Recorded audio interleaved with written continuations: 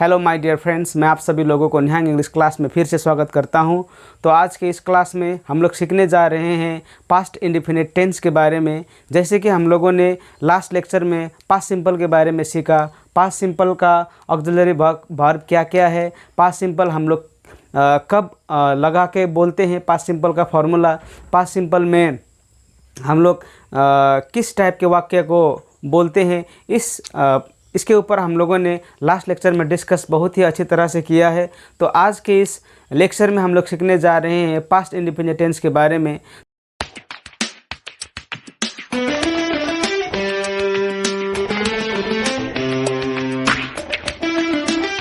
तो let me tell you the difference between past simple and past indefinite. See friends, हम लोग past simple और past indefinite tense बहुत सारे किताबों में हम लोग देखते हैं, एक ही स्लाइस दिया होता है, वहाँ पर पास्ट सिंपल और पास्ट इंडेफिनिट को स्लाइस में दिया होता है। लेकिन पास्ट सिंपल और इंडेफिनिट टेंस में little bit difference is there.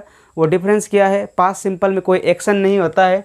Let me make you know, okay, let me make you know like past indefinite tense and past simple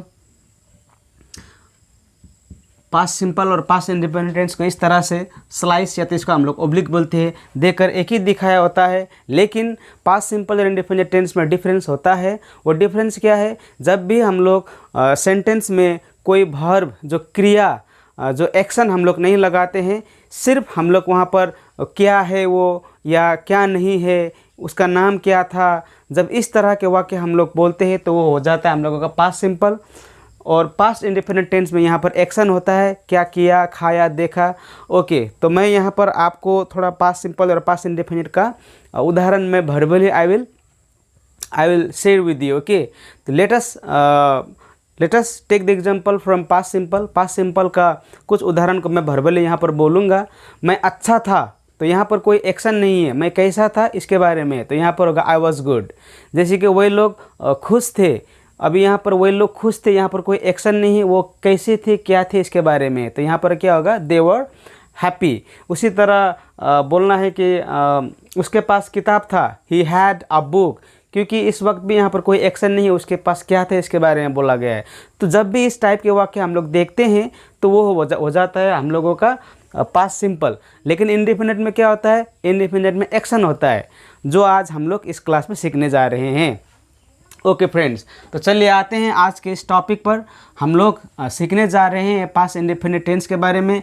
जैसे कि हम लोग जानते हैं द मीनिंग ऑफ इंडेफिनिट का meaning ही होता है जो डेफिनेट नहीं होता है, जो निश्चित नहीं होता है, जो श्योर नहीं है, वही इंडेफिनिट टेंस है। जैसे कि हम लोगों ने जब प्रेजेंट इंडेफिनिट टेंस सीखा था, इसी टाइप के डेफिनेशन के साथ हम लोगों ने सीखा था। तो वही चीज़ हम लोग यहाँ पर फिर से we are going to learn about the indefinite tense in past tense, because in past tense there is past indefinite tense. okay, तो past indefinite tense को हम लोग किस तरह से पहचानेंगे? सबसे पहले पास्ट इंडेफिनिट टेंस को हम लोगों को पहचानना पड़ेगा, तभी तो हम लोग ये ऑक्सिलरी वर्ब लगाएंगे, तभी तो हम लोग वर्ब लगा के बोलेंगे।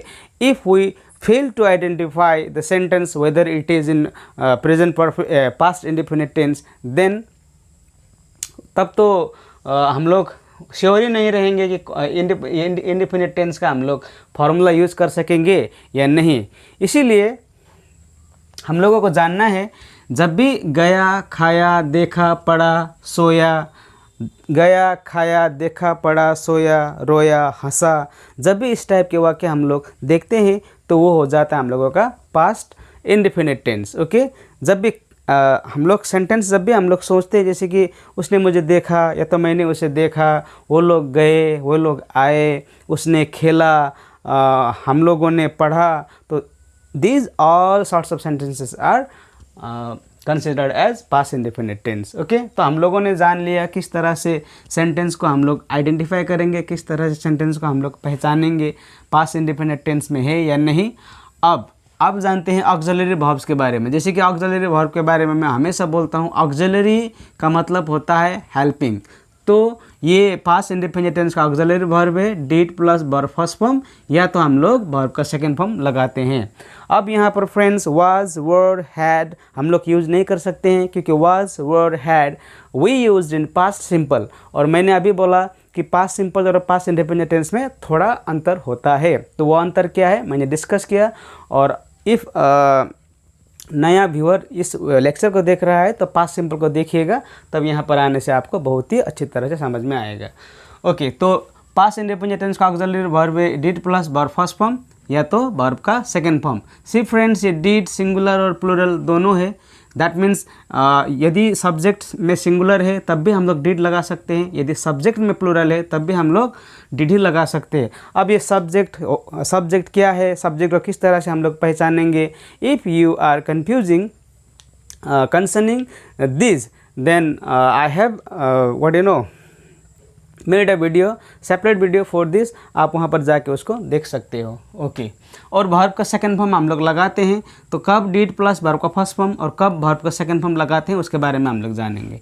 तो डिड प्लस वर्ब का फर्स्ट फॉर्म, जब भी हम लोग डिड लगाते हैं सेंटेंस में, whenever we use did in sentence in past independent tense we have to use verb first form. Okay, तो यहाँ पर मैंने लिखा है it is used in 3 types of sentences, 3 प्रकार के वाक्यों में हम लोग did plus verb first one का यूज़ करते हैं। 3 प्रकार के वाक्यों में ही हम लोग did plus verb first form का प्रयोग करते हैं। अब ये 3 टाइप्स का सेंटेंस क्या क्या है चलिए जानते हैं।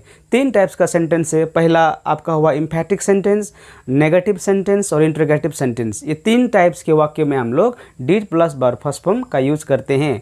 वैसे तो सेंटेंस का आपका 5 प्रकार होता है, तो उन 5 प्रकार को हम लोग नहीं सीखेंगे, क्योंकि हम लोग जानने जा रहे हैं did plus verb first form का यूज़ कहाँ करते हैं। तो 3 टाइप्स के वाक्य में ही हम लोग करते हैं। मैंने यहाँ पर लिखा भी है, emphatic sentence, negative sentence, interrogative sentence. अब ये इम्फैटिक सेंटेंस क्या है, नेगेटिव सेंटेंस क्या है, इंटरोगेटिव सेंटेंस क्या है, सबसे पहले तो हम लोग इसके बारे में जानेंगे। इम्फैटिक सेंटेंस का मतलब होता है टू फोर्स, जोर देना या तो इम्फेसाइज करना होता है।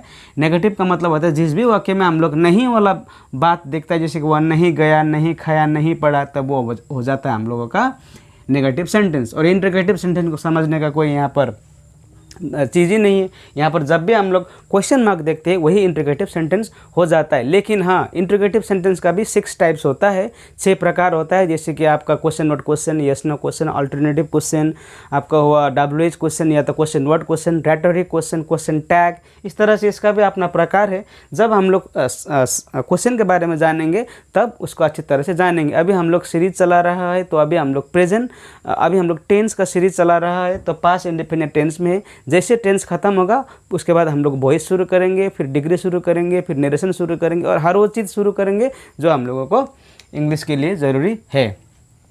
तो हम लोगों ने जान लिया यहाँ पर did plus verb first form का यूज़ कहाँ करते हैं। There are 3 types of sentence, they are emphatic, negative and interrogative sentence. In this kind of sentence we use did plus verb first form. Okay, see, he, she, it, name, they, you, we, plural names, I. That means with all subjects, whether singular or plural, हम लोगों को did plus verb का first form या तो verb का second form use करना पड़ता है। did plus verb का फर्स्ट फॉर्म ये यूज़ कर सकते हैं, और verb का सेकंड फॉर्म हम लोग यहाँ पर यूज़ करते हैं जब भी पास्ट इंडिफिनिट को हम लोग हिंदी से या तो अपना कोई भी लैंग्वेज से इंग्लिश में ट्रांसलेट करते हैं, तो उस वक्त हम लोगों को ये फॉर्मूला लगाना होता है। मैंने अभी बोला यहाँ पर वाज वर्ब का यूज़ नहीं होता है।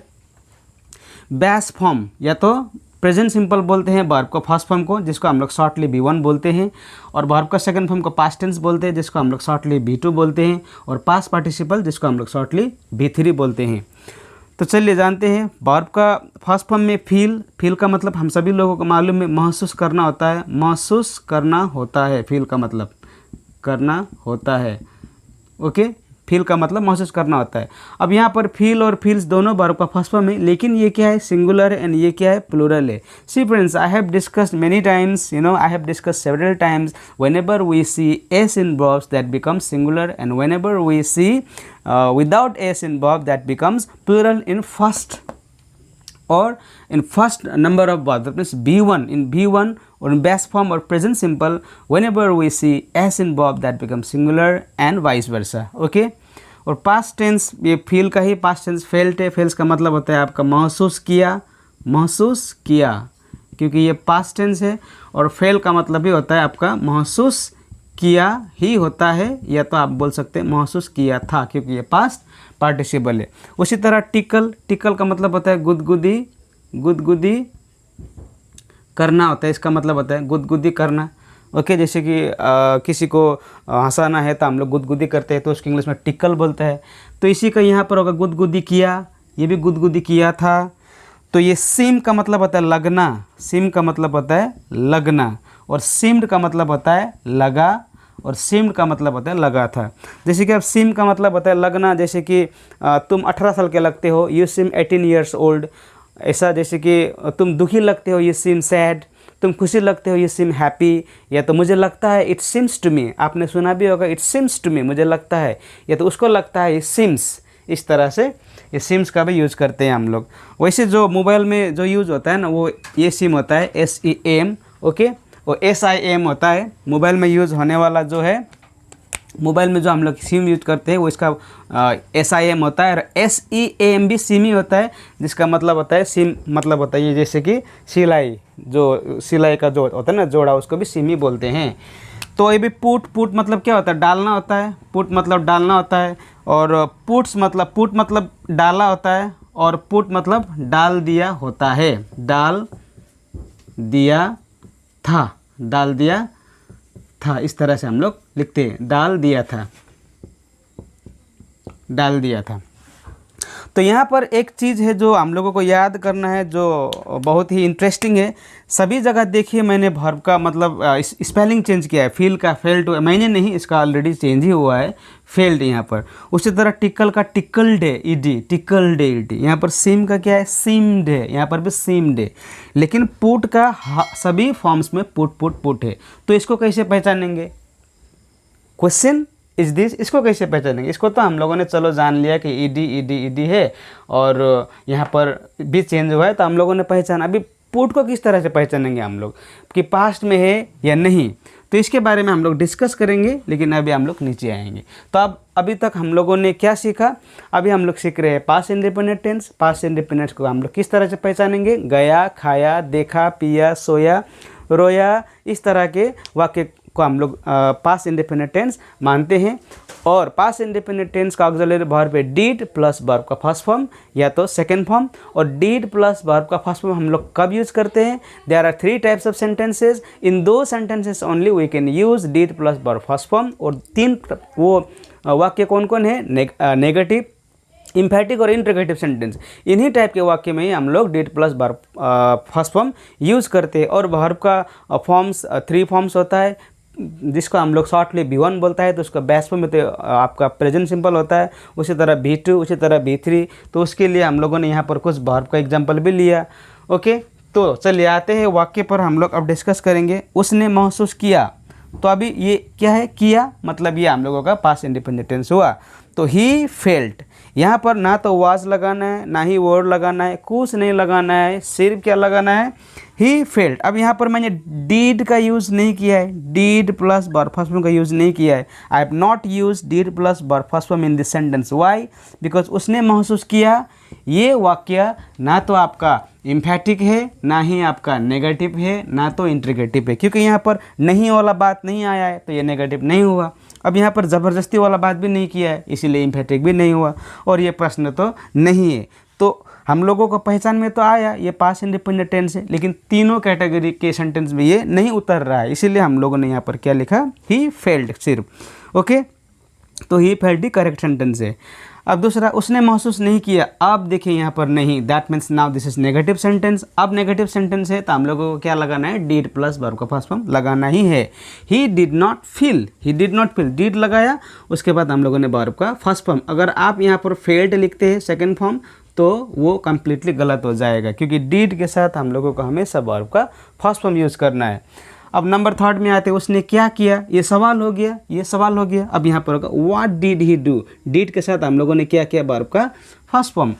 ओके, तो ये सवाल हो गया, इसलिए did plus verb first form use किया, क्योंकि did plus verb first form ये नहीं था, नेगेटिव था, that is why we have used here did plus verb first form. But in this sentence we have not used did plus verb first form because this sentence comes neither under emphatic, negative nor interrogative sentence. Okay, example number 4 में आते हैं. रोहन ने उसको गुदगुदी किया. गुदगुदी का second form क्या होता है? टिकल.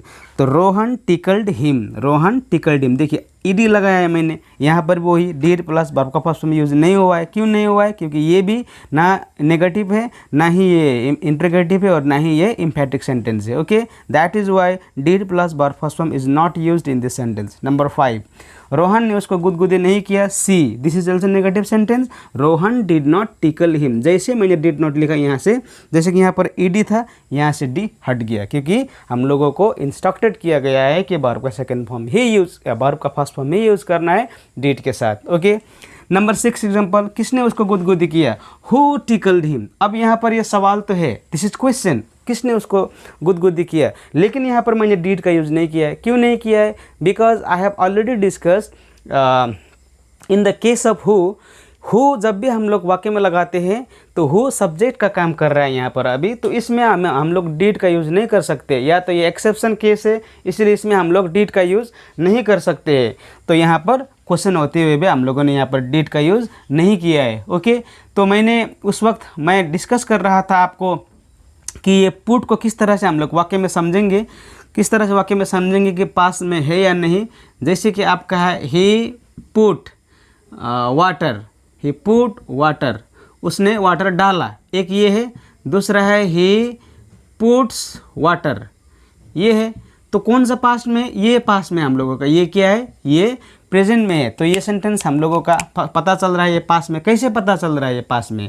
क्योंकि ही सिंगुलर है, तो ही के साथ क्या बैठा यहाँ पर? सिंगुलर है. और ये क्या है? ये अभी इस वक्त इंडिफिनिट टेंस है. ये अभी क्या है? इंडिफिनिट सेंटेंस है. जब हम लोग प्रेजेंट टेंस सीख रहे थे तो उस वक्त हम लोगों ने सीखा था कि जब भी सब्जेक्ट सिंगुलर होता है तो वर्ब भी सिंगुलर होता है. और ये सीधा सीधे हम लोगों को दिख रहा है ये पास्ट इंडिफिनिट है. ओके फ्रेंड्स, तो इस तरह से हम लोगों ने सीखा पास्ट इंडिफिनिट टेंस के बारे में. आज ऑक्सिलरी वर्ब कौन सा यूज़ करते हैं, किस तरह से आइडेंटिफाई करते हैं. तो friends you yourself have to practise at home using this formula. Okay, जैसे कि यहाँ पर मैंने लिखा है उसने महसूस किया, ही फेल्ट, तो इसके जगह में आप बोल सकते हो वो रोया, ही क्राइड, उसने देखा, ही शॉ, उसने मुझे बुलाया, he called me. Like this you have to practise. तो अगर मेरा कोशिश आपको अच्छा लग रहा है तो लाइक कीजिए, सब्सक्राइब कीजिएगा, शेयर कीजिएगा और कमेंट भी कीजिएगा. Thank you. मिलते हैं नेक्स्ट वीडियो में.